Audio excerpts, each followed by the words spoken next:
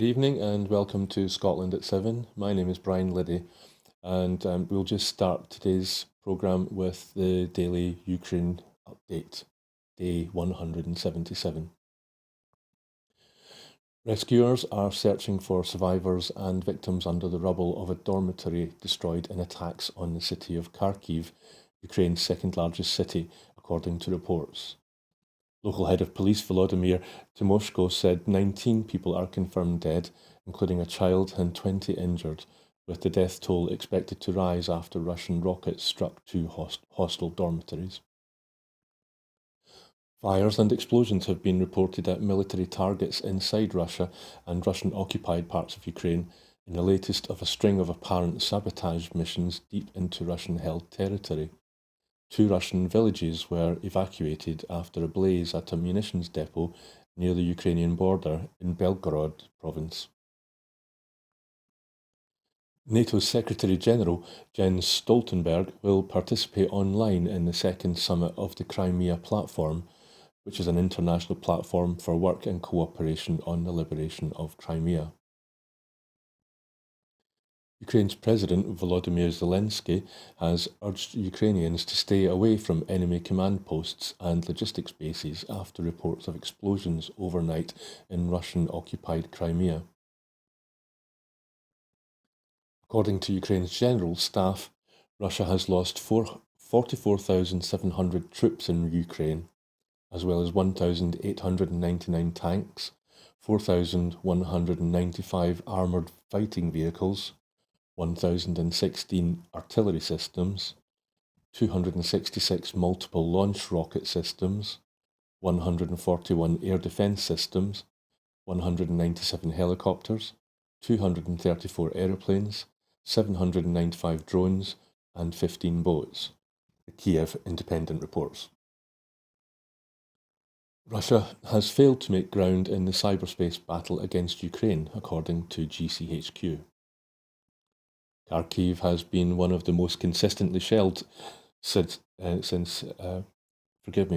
has been one of the most consistently shelled cities since the start of Russia's invasion of Ukraine, according to British intelligence. Russian forces may be preparing to stage a provocation at the Moscow-controlled Zaporizhzhia nuclear power plant, Ukraine's military intelligence has warned. An announcement of about $800 million of additional US military aid to Ukraine is expected today.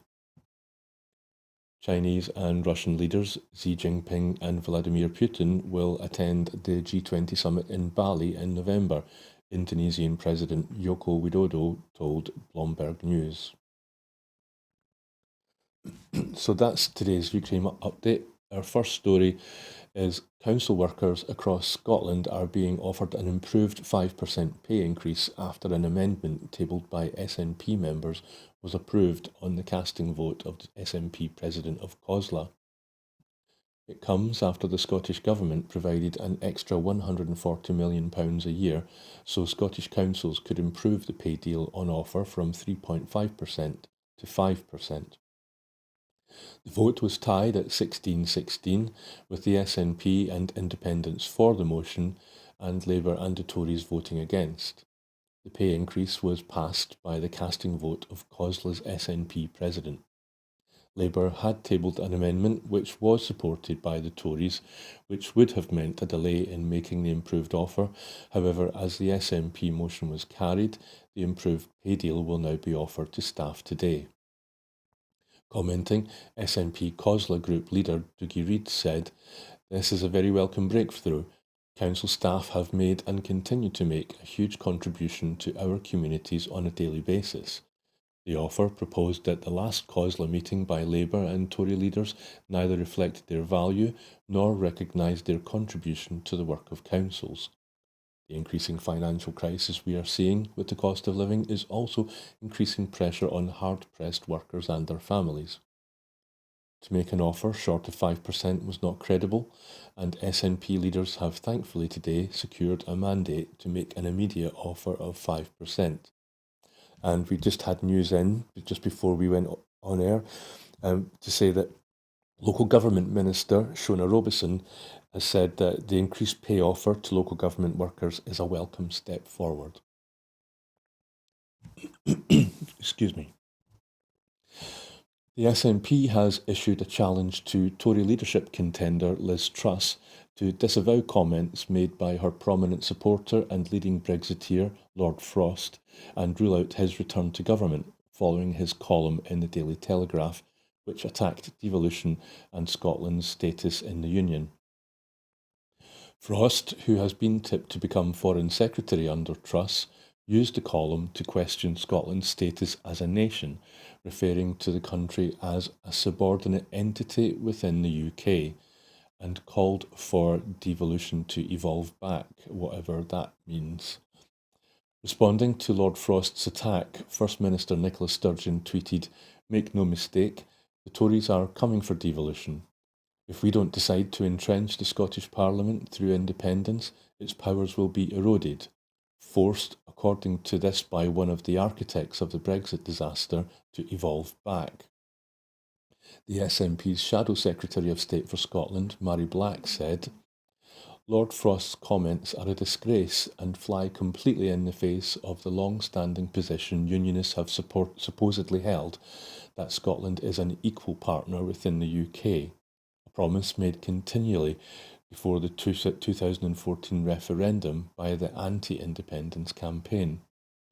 His comments not only fly in the face of a decades-long held position, but, like Brexit, disrespects the vote in 2014. Frost's comments expose the ugly reality beneath Tory rhetoric around Scotland being a valued partner, Mary Black went on to say, and show that under Truss there will be a concerted plot to dismantle the devolution settlement the Scottish people voted for overwhelmingly 25 years ago. Excuse me.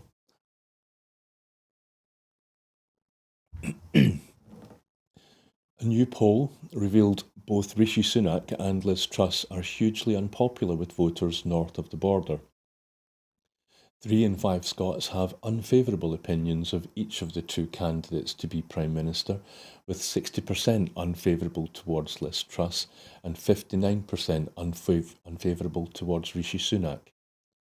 74% hold an unfavourable 74% hold an unfavourable opinion of Boris Johnson. The survey by Ipsos Scotland found the former Chancellor to have a net popularity rate of -40%, while front-runner Liz Truss has a net popularity rate of -45%. Meanwhile, Labour leader Keir Starmer is also struggling to win over popularity in Scotland with a net rating of -14%. Commenting, the SNP's Westminster Deputy Leader, Kirsten Oswald MP, said, "The people of Scotland are sick to death of having Conservative governments and leaders rule over them despite not being voted for since 1955. It's clear that if Scotland had a say in this toxic race to the right, both Liz Truss and Rishi Sunak would be sent packing. And with voters also having a negative view on Keir Starmer, it's clear that no matter what happens, Scotland will lose." She went on to say, "With the Tories moving further and further to the right and the Labour Party standing shoulder to shoulder with them on austerity cuts and Brexit, there can be no doubt that the only way to escape the damage of Westminster control is to become an independent country." The Excuse me. The energy crisis is tearing through the UK's high streets, with warnings on Friday of a lost generation of small businesses as the impact of soaring gas and electricity prices begins to impact cafes, restaurants, shops and salons. Across the UK, growing numbers of traders are taking the difficult decision to close their doors for good in the face of unaffordable costs, driven by record inflation, with some reporting tenfold increases in utility bills. In yet another flashing red light for the economy, which is forecast by the Bank of England to fall into recession next year, data published today by the FSB, the Federation of Small Businesses, shows that a majority of firms, 53%, expect to stagnate, shrink or close in the coming 12 months. The industry body called on government to act to shield traders. Without help, we are being, forgive me, we are facing a generation of lost businesses, jobs, and potential, said Tina Mackenzie, Policy and Advocacy Chair at the FSB. Smaller traders employ 16 million people between them, but do not benefit from the energy price cap, which puts a ceiling on costs for households, but not for companies. The huge jump in prices is slowly filtering through to businesses as their fixed term contracts, some of which last, forgive me, sorry, the voice in my ear, thank you. The huge jump in prices is slowly filtering through to businesses as their fixed term contracts, some of which last for several years, expire, and many have been shocked by the increase as bills land on their doormats. A growing number are being left with no option but to stop trading. Local papers are reporting multiple closures, while people are taking to social media to share stories of much-loved neighbourhood shops, cafes and takeaways throwing in the towel, depriving communities of valuable jobs. The FSB survey of traders found the highest recorded proportion of firms saying their costs were higher than a year ago at 89%. Nearly 15% expect to downsize or close in the next 12 months, while 39% they won't grow at all.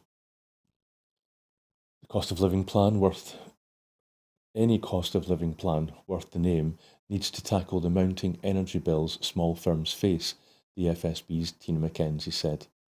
Support is urgently required to stop driving prices for hard-up consumers ever higher and more small firms out of business.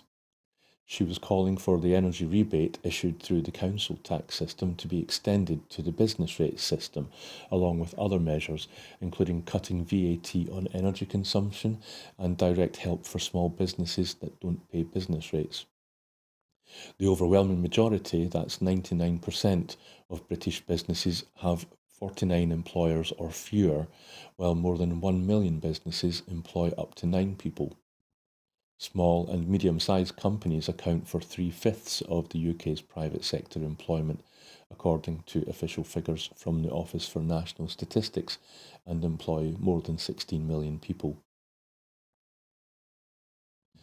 The UK could face a humanitarian crisis of ill health, excess deaths and rising inequality if the government does not take urgent action over energy bills, NHS leaders have said in a highly unusual intervention.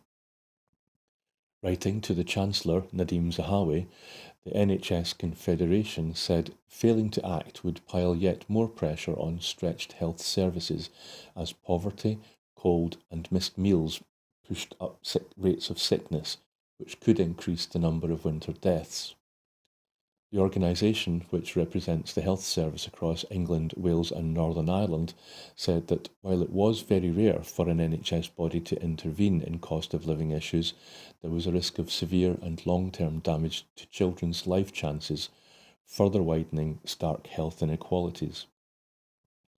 The next increase in the energy price cap, which sets the maximum sum that energy providers can charge customers, is expected to be announced in a week, with estimates suggesting it could rise from just under £2,000 now to about £4,200 for the average household.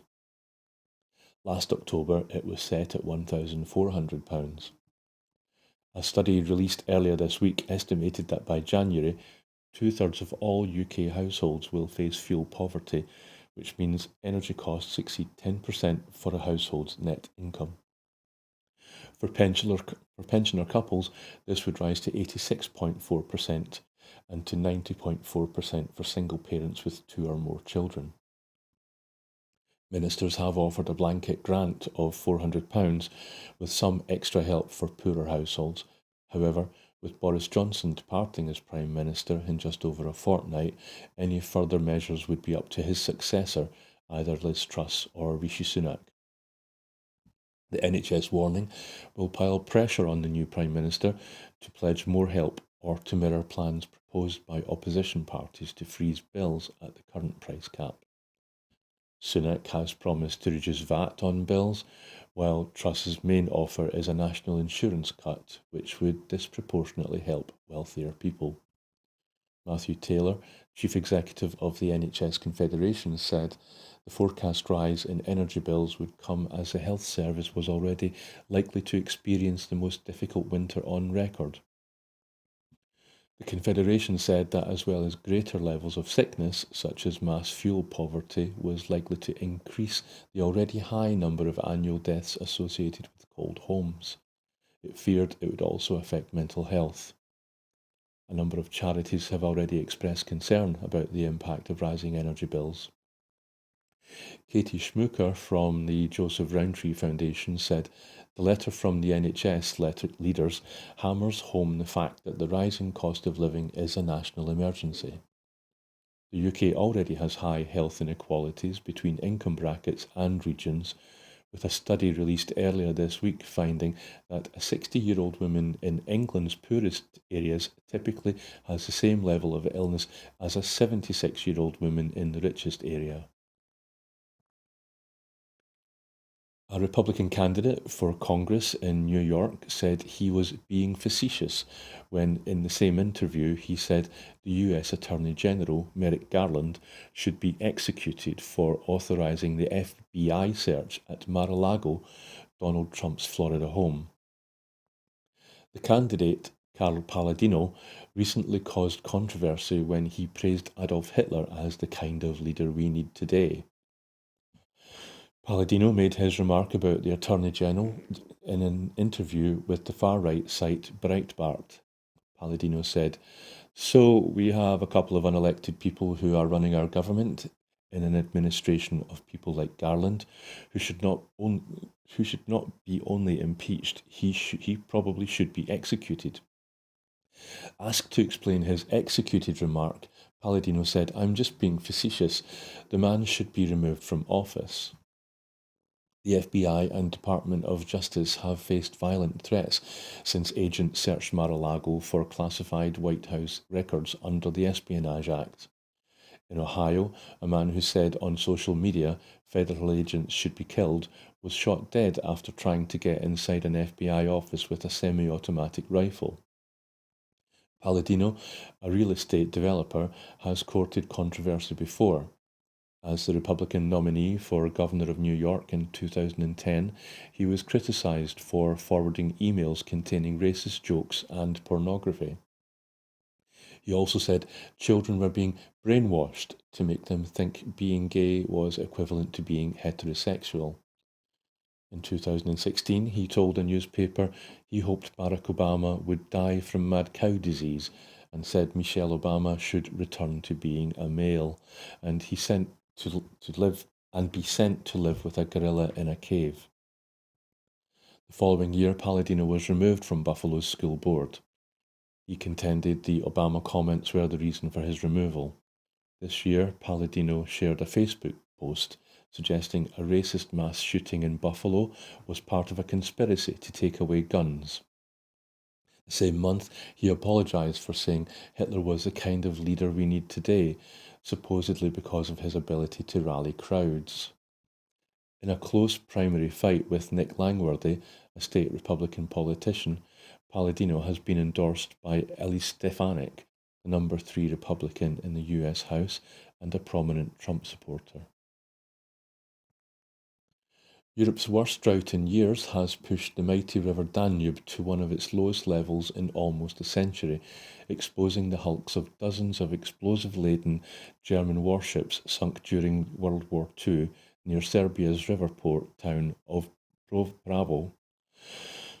The vessels were among hundreds scuttled along the Danube by Nazi Germany's Black Sea Fleet in 1944 as they retreated from advancing Soviet forces, and they still hamper river traffic during low water levels today.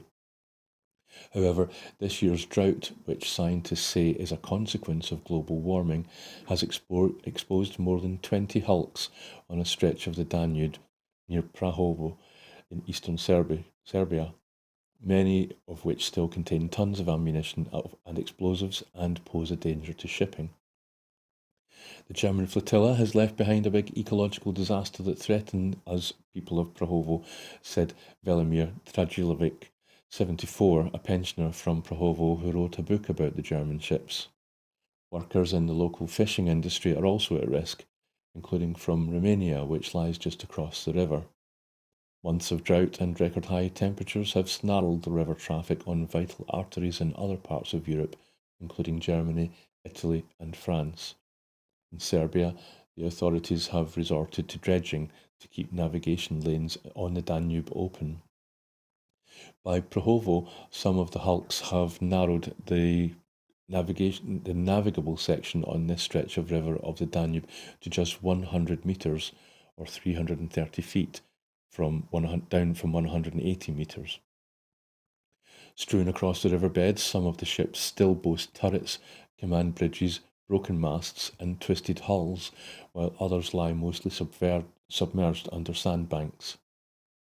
In March, the Serbian government invited a tender for the salvage of the hulks and removal of ammunition and explosives. The cost of the operation was estimated at €29 million. Refugees living in Edinburgh have spoken warmly of a scheme that has offered free English classes to displaced people this summer. Participants in the University of Edinburgh initiative have included people who have fled war or political unrest in Syria, Afghanistan, and Hong Kong. Also taking part in the 10-week programme have been people seeking refuge from Ukraine, who are taking part in the Scottish Government's Super Sponsor scheme. This initiative, launched in June, has helped meet the demand for accessible English language courses across the city by offering 90 places per day to non-native speakers. Adi, who fled from Syria, says the classes have been invaluable. My teacher has an amazing way of breaking things down. It helps me understand, and he always keeps lessons light and fun.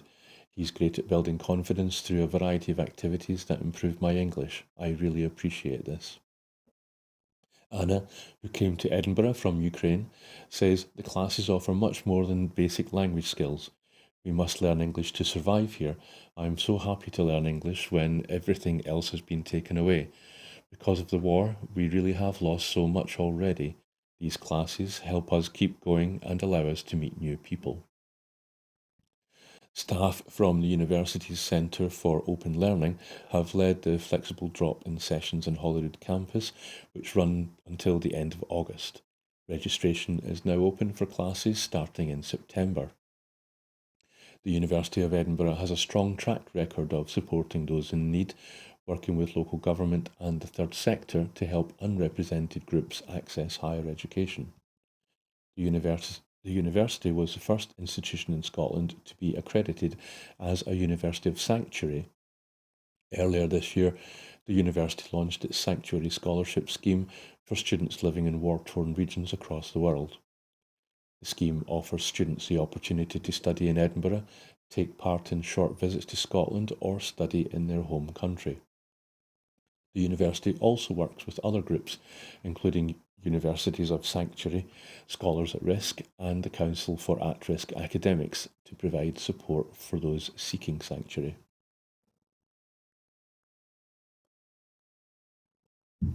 The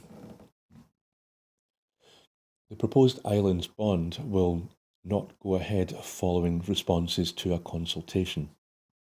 The key findings from the analysis of the Scottish Government Islands Bonds consultation suggest that island communities do not support the proposed bond, one of the initiatives announced last year to address the issue of depopulation. Consultation respondents were fairly evenly split between those in favour and those opposed to the bond. However, those in favour of it were largely non-islanders. Island respondents raised concerns about the proposed approach and whether it would achieve the objective of reversing population decline. The greater focus on the importance of addressing population decline was welcomed by the islanders, as well as the commitment to work with communities to develop local solutions. Welcoming the feedback from islanders, the Scottish Government is continuing to further develop other means to tackle depopulation, including undertaking practical policy tests influenced by its engagement with island communities that will inform the wider Addressing Depopulation Action Plan. Rural Affairs and Islands Secretary Mary Gujan said, "I would like to thank everyone who responded as part of the consultation process, and especially our island communities for their constructive feedback and suggestions. It is directly because of the feedback from islanders that we are changing our approach." More rural homes and businesses will access faster broadband following a further £36 million expansion of the Reaching 100% contracts. That's the also known as the R100 contracts. The extension of existing contracts with delivery partner Openreach will see another 2,637 rural properties across Scotland able to access gigabit-capable connections through additional Scottish and UK government investment in the R100 programme. It will provide speeds more than 30 times faster than the Scottish Government's original commitment and fulfil a 2021-22 programme for government commitment to deliver gigabit-capable connections to the islands. Contracts for both the North Lot, covering the north of Scotland and most of Scotland's inhabited islands, and the South Lot, covering Dumfries and Galloway and the Scottish borders, stretching from East Lothian to East Ayrshire, are being extended with this R100 investment. The government's Project Gigabit will fund £16 million of this additional investment, which will be split between the R100 North and South contracts. The Scottish Government will invest a further £20 million in the North Gap contract to help fund the gap between the cost of delivery and the contribution from Project Gigabit. Business Minister Ivan McKee said, "This latest investment will connect more homes and businesses in Scotland's rural and islands communities to gigabit-capable broadband. That will have far-reaching economic, social and development impacts. Our R100 programme is going further and providing faster broadband than originally envisaged. This takes time and significant investment, but we are fully committed to ensuring that as many people as possible are able to enjoy the important advantages of this future-proofed digital infrastructure." The R100 North Lot contract extension covers an additional 1,488 premises in the following council areas: Argyll and Bute, Na Island Sear, Orkney Islands and Shetland, forgive my pronunciation, Orkney Islands and Shetland Islands.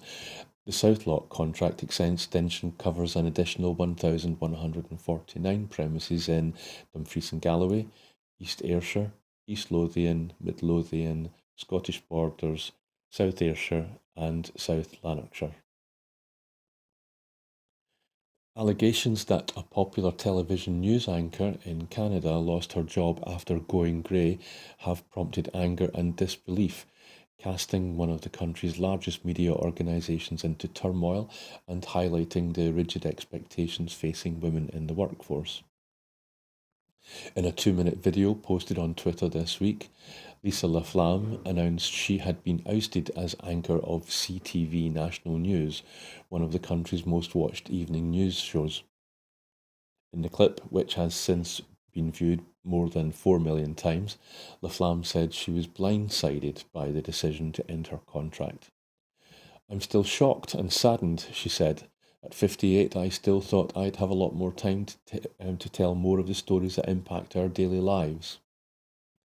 LaFlamme, who started hosting the flagship show in 2011, was one of many women who stopped dyeing her hair during the pandemic and allowed her natural hair colour to show.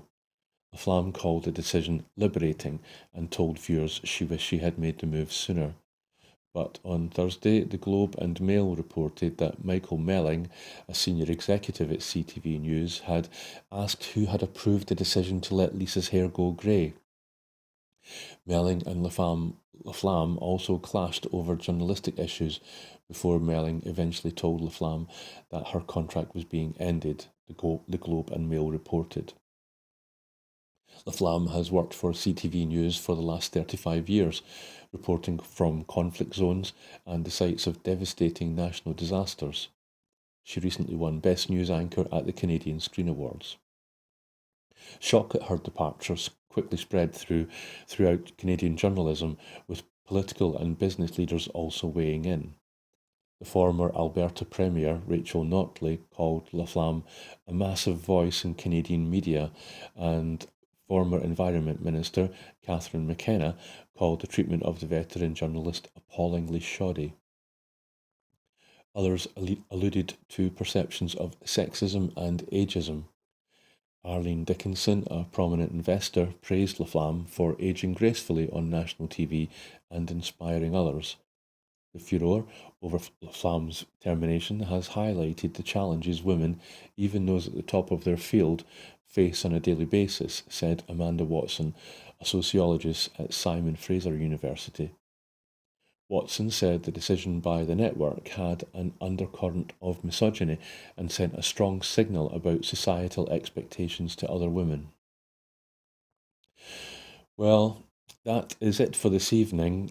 But before I go, I just want to remind you that here at Broadcasting Scotland, we depend on the generosity of our supporters.